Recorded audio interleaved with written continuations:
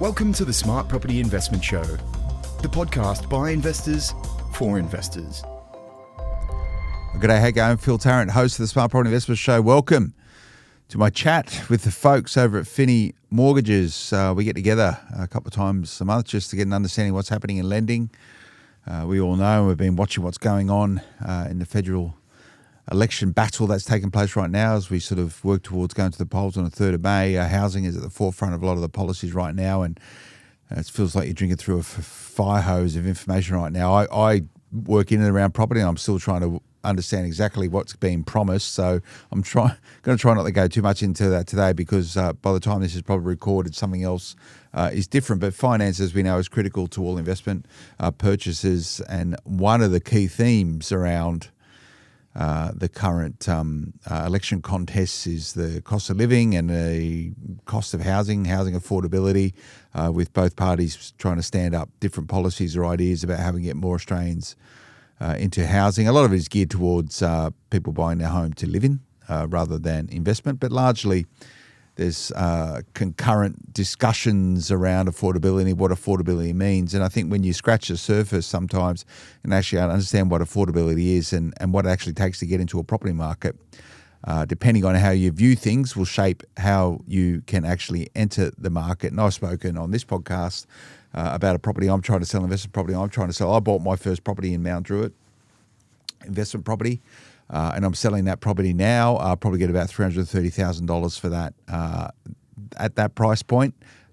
Entering markets is accessible for most working Australians. If they're focused, they're driven, they have financing, they have some savings and are able to leverage what's ahead of them. So investing is in the eye of the beholder. Not all property investors are buying multi-million-dollar homes. A lot of property investors are buying within that $300,000 to $400,000 range. And when you start breaking down the numbers, they are markets that you can enter and are, in inverted commas, affordable. It just depends how you choose to view things. I don't know how Rebecca Carlson views these things from Finni Mortgages. Rebecca, welcome to the show. How are you going? Thanks, Phil. Yeah, I'm going really well. So can you give us a sense for affordable for property investors in Australia?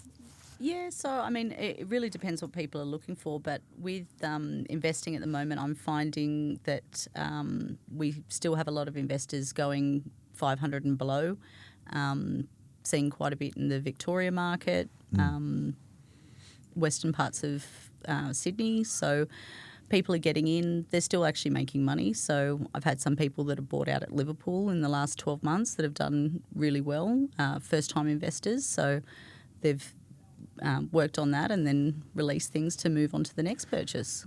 So there's people out there investing in affordable housing. You work with them every single day. So I want to sort of dissect this discussion from people buying their first home versus people buying their first investment property. So I'm not here to talk about buying your first home. We're talking about your first investment or younger investors starting off, getting stuck into it. So do you work with a lot of young people? Yeah, I'm seeing more and more of them. So there seems to be a bit of a trend with the younger generation living at home a little bit longer, getting into the rental market, like getting into the investment market and working with quite low deposits to get into those properties. So it seems to be more. Do they affordable. seem well informed? Like, do they? Is a lot of the things when you chat to them come as a shocker? They seem to know exactly what they're doing. No, a lot of them seem to have done very solid research, and they're going in whether they can afford.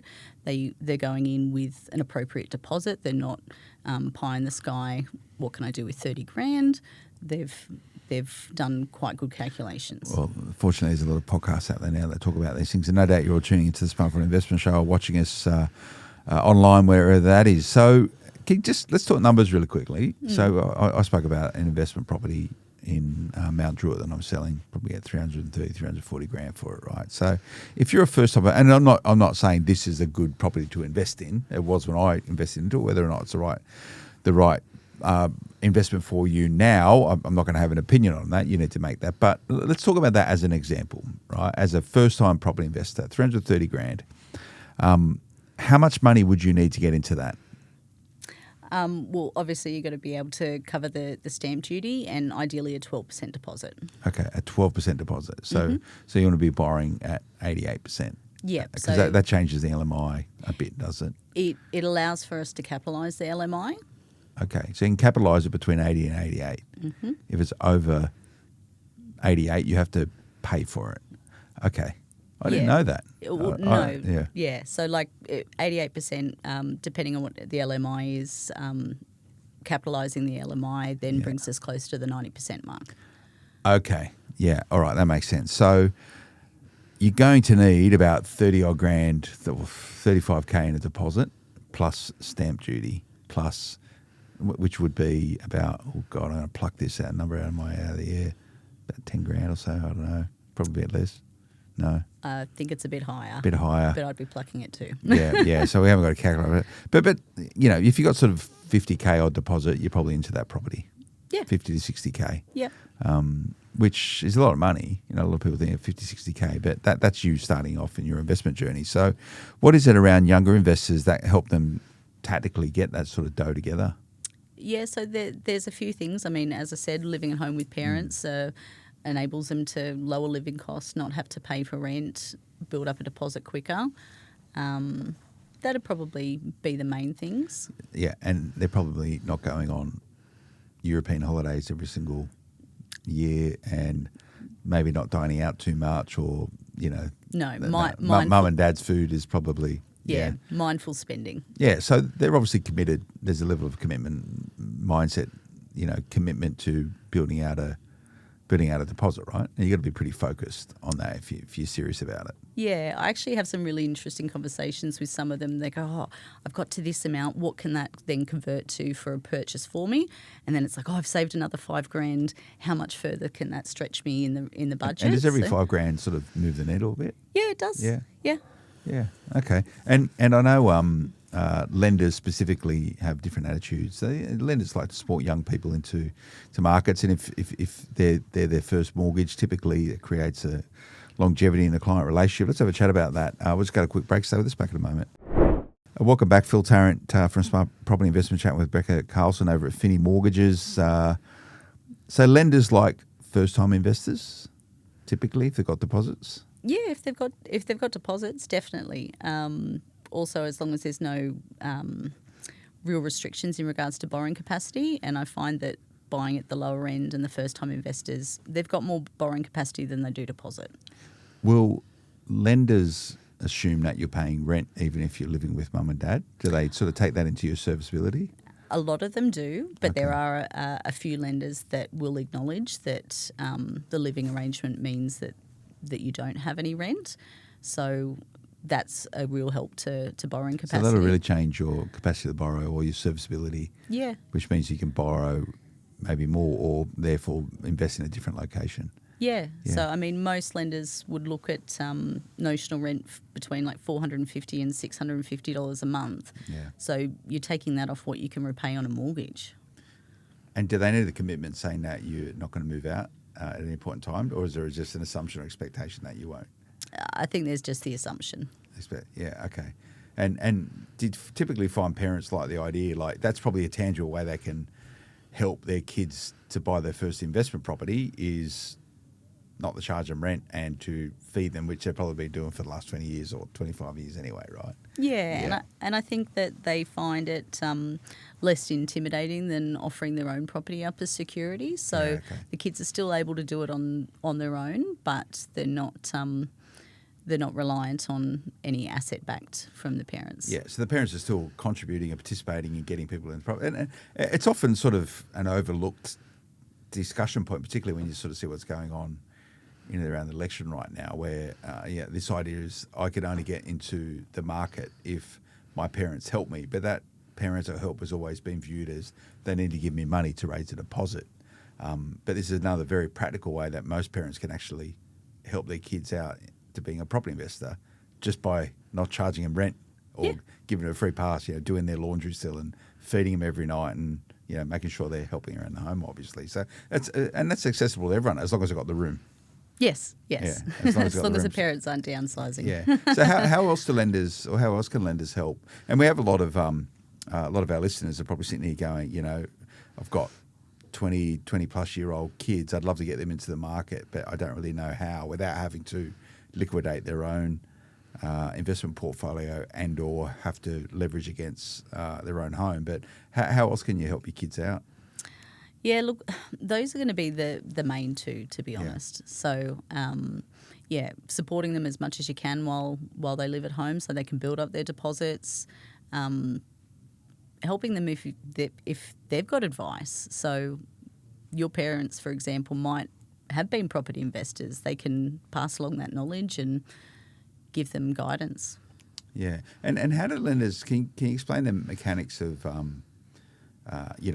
younger investigating the market using a family pledge? So, explain how all that works. 'Cause some people, there's different variations of it's largely the same thing, but what's the mechanics of that? You don't actually have to refinance your home, do you? No.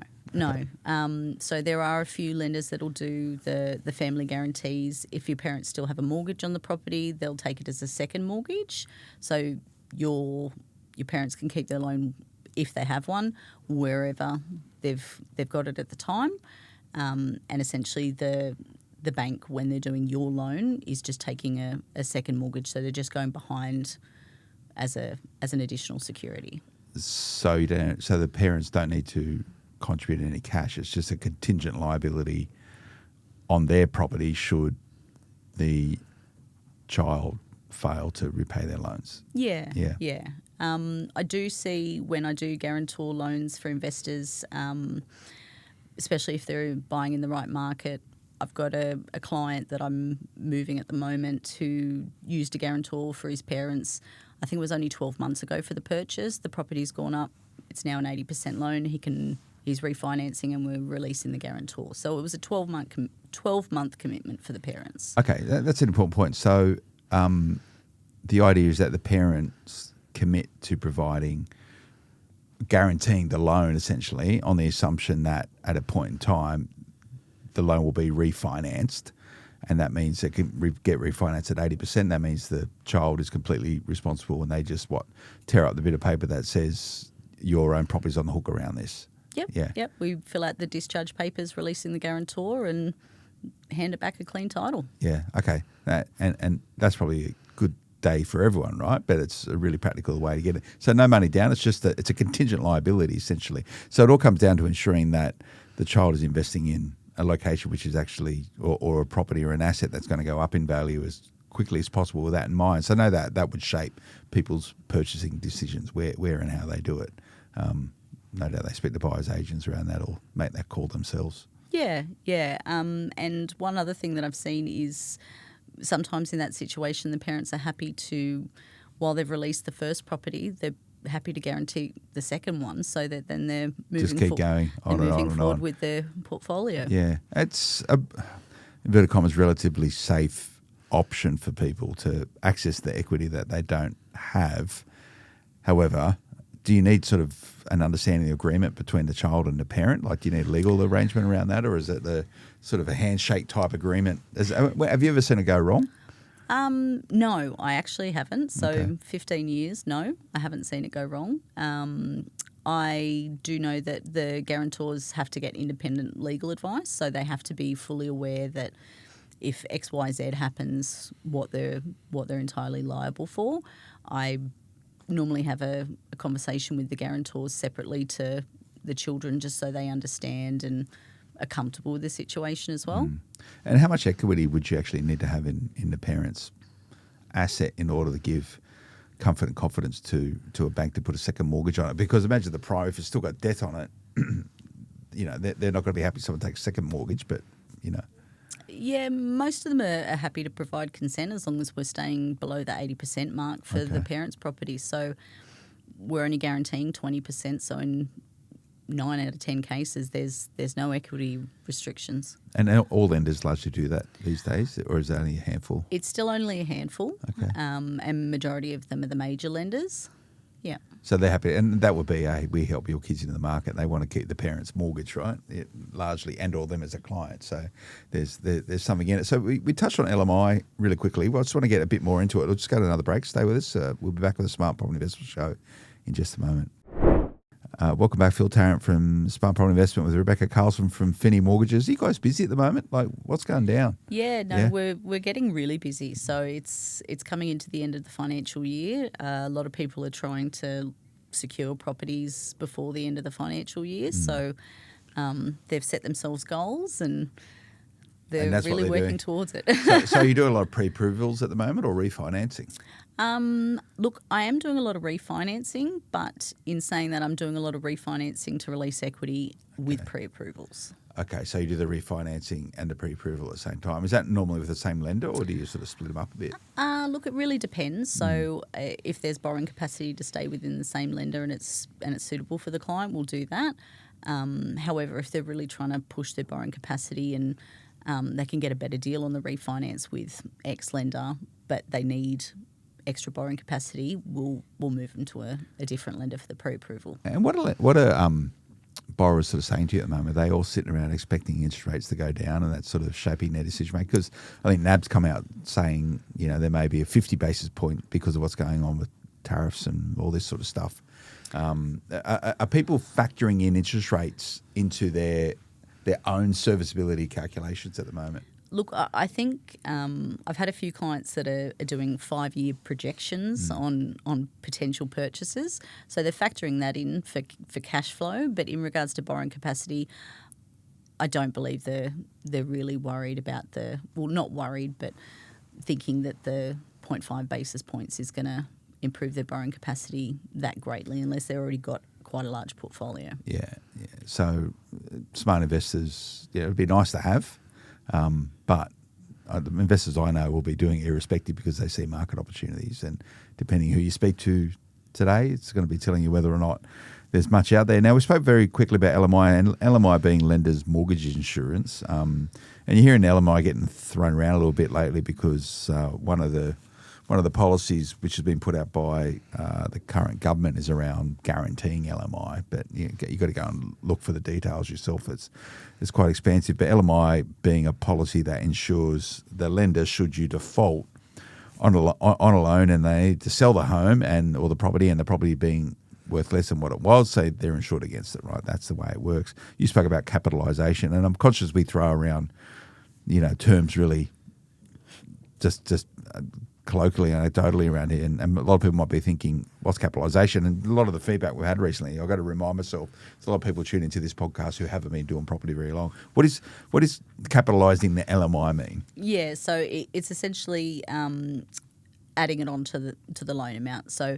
if you're borrowing $500,000, lender's mortgage insurance is $15,000, your end loan is $515,000. Okay, so rather than, you can pay it up front if you want, if you've got deposit, or you can capitalise into loan, which means you've got a bigger loan, and therefore the LVR is different. And a lot of people would say, well, if you get a higher value loan and therefore have to pay LMI, it might actually, that $15,000 for the example you used, might take you another 6 months or 12 months to save, and therefore by the time you get there, probably might have gone up more than that amount of money, so you're just stuck in this perpetual slog chasing to enter the market. So, it's a fee that you have to pay, but for many people they see it as an enabler. Do people have still a negative attitude towards LMI, do you find? I don't see a very negative attitude. I see it more from people as a means to an end. It's an opportunity cost because you're right. A lot of people don't want to wait that extra 6 months to get into the property knowing that the market's moving. Yeah, and a broker, you guys can help, girls can help out, sort of do those calculations and stuff and work it all out. Yeah. What the delay of waiting might mean and or, the type of, it might even get you into a different type of asset by paying the LMI because it means you can preserve more of your capital to put down as a deposit, which means you might be able to go the next suburb up or better or different or whatever. And again, this is, getting into sort of property strategy and advice around it. But what a lot of people probably don't appreciate, younger people, is that certain professionals, irrespective of the loan, the LVR, the loan to value ratio, so how much debt you have against the value of the property, get waivers on LMI if they're deemed to be good. What professionals get LMI waivers? Look, we're seeing a variance with, there's accountants, there's lawyers, doctors, but we're seeing a lot more banks sort of spreading out into different medical industries and different different areas of finance and things like that are specific to that lender. So but the occupation list is expanding. So the classic professions like lawyers and accountants and doctors, they're all deemed or seen to be reputable payers. Where do journos fit? Do they get LMI or No. podcasters? They get LMI waivers. I think podcasters should get LMI waivers. But that's not just for first home buyers or young buyers. That's sort of at any point in time in your career you can get these waivers as well, right? Yep. So a good broker will know, and it's not like a blanket thing across all lenders. Some lenders would have different, like nurses, for example, Yes. or policemen sometimes get Yeah, get LMI yeah. waivers if you're deemed to have sort of safe and secure jobs.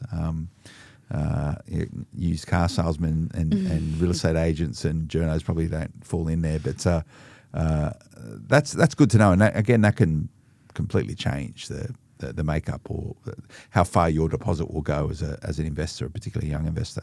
Yeah, and I mean, I've had people in the medical field and they only ever buy their properties at 90% because they know that they've got the LMI waivers and just hold on to their cash so they can just inject it into the next one. Medical professionals are an interesting one because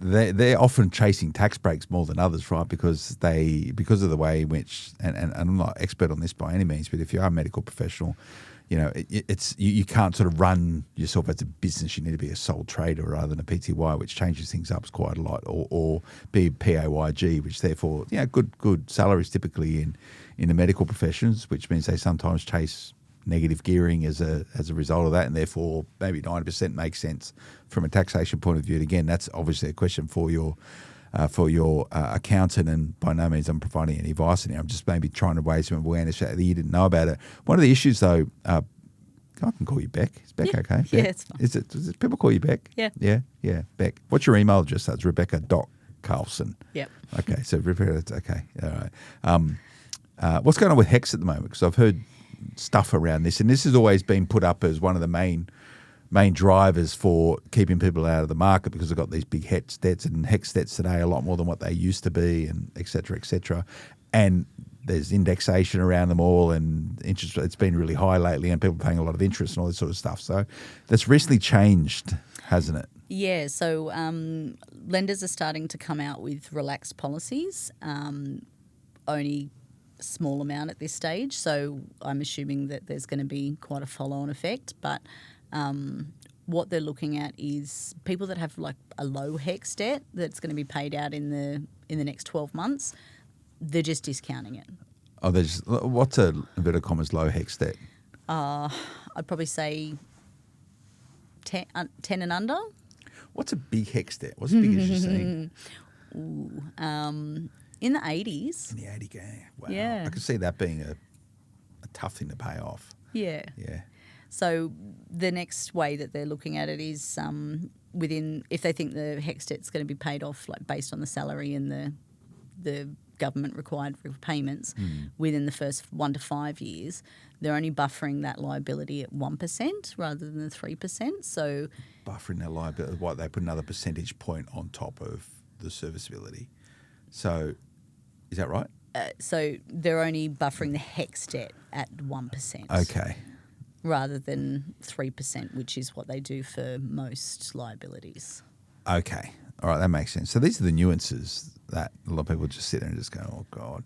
The little policy tweaks. And no doubt every lender's got a different HEX sort of policy, correct? Yes. Yeah. Yes. Yeah. Like most lenders have different policies all the time. But as a good mortgage broker, you typically find specific policies that suit a specific circumstance, yeah? That's typically how it works? Yeah. There's always a way somehow? Yeah. Yeah. So there's definitely no right answer when people go, oh, what's the cheapest rate you can get? Well, depends what suits you. How are rates now? Because I see people coming out with some sharp fixed stuff in their fives, but and I think because you've done all my loans, and Beck's my broker, by the way, not Eva. And shout out to Eva. I've got Beck to join us today just to give you some sense of the breadth of talent over at Finni Mortgages, and great team of brokers out there doing stuff. Beck is actually my broker, so I don't know if that's a good thing or a bad thing. And we are chatting in the background about getting some stuff done once I get my things in order. But What sort of rates we're seeing around at the moment? And I'm not going to hold you to these. No, that's sort okay. of, so interest-only investment stuff, what's sharp? Yeah, so 6.19 for 80%. Okay. To get lower than that if you're sort of borrowing at a sort of 70s and 60s, or stay pretty consistent?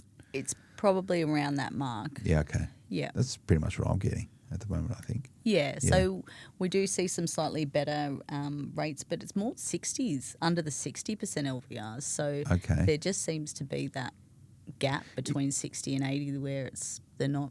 So if I've got stuff, say you financed it for me and it was originally financed at 80, is it worth getting revaluing it? Like, do I got to do a whole new application to get it sharp? Can I get a reval and will they bring the rates down? Yep. Yeah.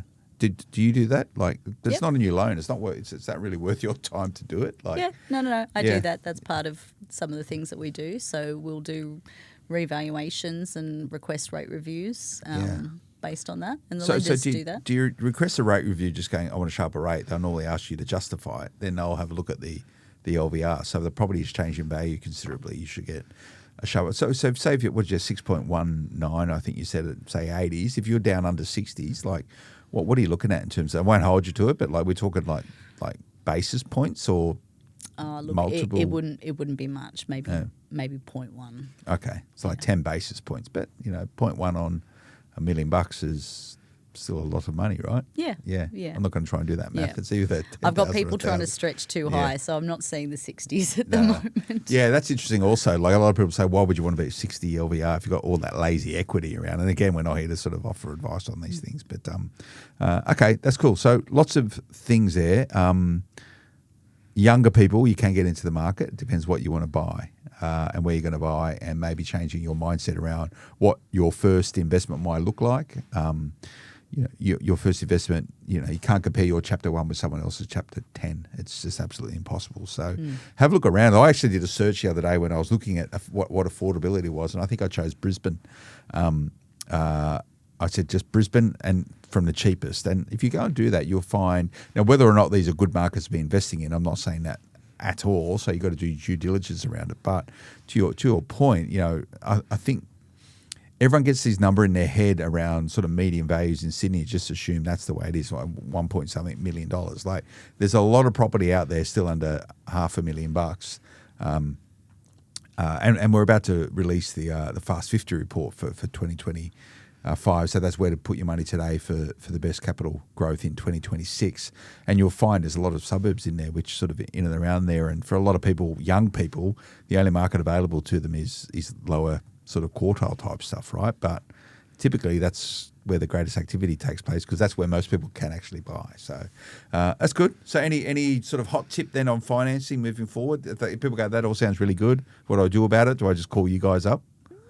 Yeah. Look, call us up. Even if you're not there yet, we have conversations. So you give a pathway and a plan, can you? Yeah, definitely. So sometimes I meet with someone who's like, I've only got 40K or actually I loved this one client and he's like, I really want to buy this. And he goes, I earn this. And he goes, just tell me what I need to earn to get to where I want to be.